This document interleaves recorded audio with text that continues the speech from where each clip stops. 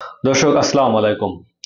আপনারা জানেন যে জুলাই বিপ্লবের অন্যতম মহানায়ক হাসনাত আবদুল্লাহ তার গাড়ি বহরে গতকালকে ৪ঠা মে হামলা করা হয়েছে, তার গাড়ি বহর ভাঙচুর করা হয়েছে।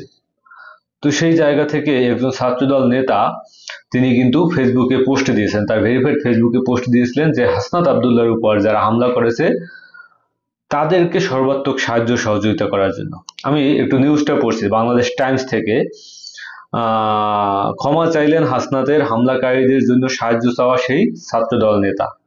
জাতীয় নাগরিক পার্টির এনসিপির মুখ্য সংগঠক দক্ষিণাঞ্চলে হাসনাত আবদুল্লাহর গাড়িতে গাজীপুর নগর চান্দনা চৌরাস্তা এলাকায় হামলার ঘটনাটি ঘটেছে রোববার ৪ঠা মে সন্ধ্যায়। এই হামলার সময় গাড়িতে থাকা হাসনাত আবদুল্লাহ হাতে আঘাতপ্রাপ্ত হয়েছেন, তাকে গাড়ি বহরটিতেও ব্যাপকভাবে ভাঙচুর চালানো হয়। হাসনাত আবদুল্লাহর উপর হামলাকারীদের সাহায্য সহযোগিতার জন্য, মানে যারা হাসনাত আবদুল্লাহর উপর হামলা করেছেন তাদের সাহায্য সহযোগিতার জন্য আহ্বান জানিয়ে নিজের ভেরিফাইড ফেসবুকে একটি পোস্ট দেন বাংলাদেশ জাতীয়তাবাদী ছাত্রদল নেতা তামিম তামজিদ উৎস।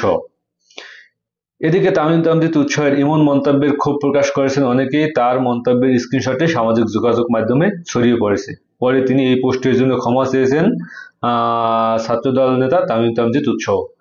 তো এই হইল ছাত্রদলের অবস্থা, যে যাদের কারণে ছাত্রদল, বাংলাদেশ বিএনপি, বাংলাদেশের বিএনপির ঊর্ধ্বতন নেতাকর্মীরা এই জুলাই আগস্টের গণ অভ্যুত্থান বা বিপ্লবের কারণে যারা বেগম জিয়ার আপনার জেল থেকে বেরিয়েছে, আপনার তারেক রহমানের মতো ব্যক্তির সমস্ত মামলাগুলো উঠে গেছে।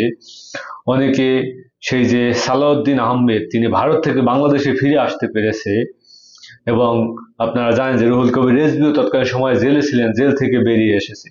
এক প্রকার বলা যায় যে এই জুলাই অভ্যুত্থানের বা বিপ্লবের মাধ্যমে বিএনপির এক প্রকার মুক্তি ঘটেছে। সেই মুক্তি যারা ঘটিয়েছে, সেই মুক্তি ঘটানোর মহানায়ক হাসনাত আবদুল্লাহ। সেই হাসনাত আবদুল্লাহর উপর হামলা করেছে কোনো একটি গোষ্ঠী, সেটা হয়তো এখন পর্যন্ত স্পষ্ট না, সেটা স্পষ্ট হয়ে যাবে।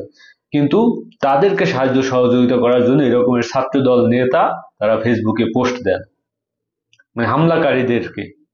তো আপনি বুঝেন যে আসলেই এই যে ছাত্রদল, এরা যদি এখনই এই অবস্থা করে, এরা যদি ক্ষমতায় আসে, তাহলে এই এনসিপির যারা নেতৃত্ব আছেন, বিশেষ করে এই যে সার্জিসরা, হাসনাত আবদুল্লাহ এবং নাহিদ, যারা এই আপনার আন্দোলনের নেতৃত্ব দিয়েছেন, তাদেরকে এরা ক্ষমতায় আসলে কিভাবে এদেরকে অপমান অপদস্থ করবে, কিভাবে এদেরকে আপনার বিভিন্নভাবে বিতর্কিত করবে, বিভিন্নভাবে এদের উপর হামলা করবে, এখনই বোঝা যায় যে এরা যদি এই কাজ করে। এবং এখন পর্যন্ত তারা এই ঘটনা ঘটার পর ছাত্রদলের বহাল তবিয়তে আছেন। ছাত্রদলের পোস্ট থেকে তাকে এখন পর্যন্ত বহিষ্কার করা হয় না, এখন পর্যন্ত তাকে অব্যাহতি দেওয়া হয় না। এই হইল বাংলাদেশ জাতীয়তাবাদী ছাত্রদল, বাংলাদেশ জাতীয়তাবাদী বিএনপি। তো বাংলাদেশের যারা এই জুলাই অভ্যুত্থান চেয়েছিলেন, যারা এই শেখ হাসিনার পতন চেয়েছিলেন, তাদের আসলে ভাববার সময় এসেছে আপনারা কাদের পক্ষে থাকবেন। আপনারা কি এই আপনার বিপ্লবীদের পক্ষে থাকবেন, নাকি এরকমের এই ছাত্রদল নেতা যারা এই জুলাই বিপ্লবকে অস্বীকার করে, বা এই জুলাই বিপ্লবে যারা নেতৃত্ব দিয়েছেন তাদেরকে অপমান অপদস্থ করার জন্য উঠে পড়ে লেগেছে, তাদের পক্ষে থাকবেন। আপনাদের সিদ্ধান্ত নেওয়ার দায়িত্ব আপনাদের। কিন্তু আমি ব্যক্তিগতভাবে মনে করি বাংলাদেশ জাতীয়তাবাদী বিএনপি যে পথে হাঁটছে, সে পথ আসলে তারা সেই ভুল পথেই হাঁটছে, সেই আওয়ামী লীগের পথেই হাঁটছে, সেই ছাত্রলীগের পথেই হাঁটছে। আপনি যতই বলেন এই আপনার যে তারা 5% ভোটও পাবে না, 5% ভোট পাওয়ার তাদের দরকার নেই।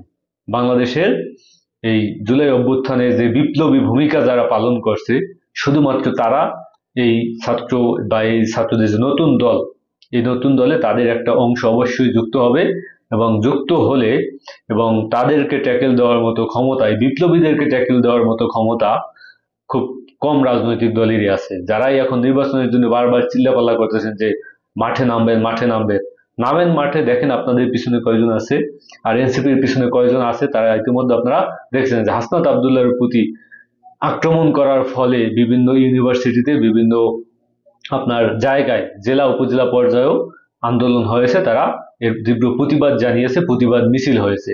ঢাকার বিভিন্ন রাস্তাঘাট বন্ধ করে তারপর তারা মিছিল করেছেন, বিক্ষোভ সমাবেশ করেছেন। তো তো এই হইল অবস্থা দর্শক, এটুকুই ছিল খবর।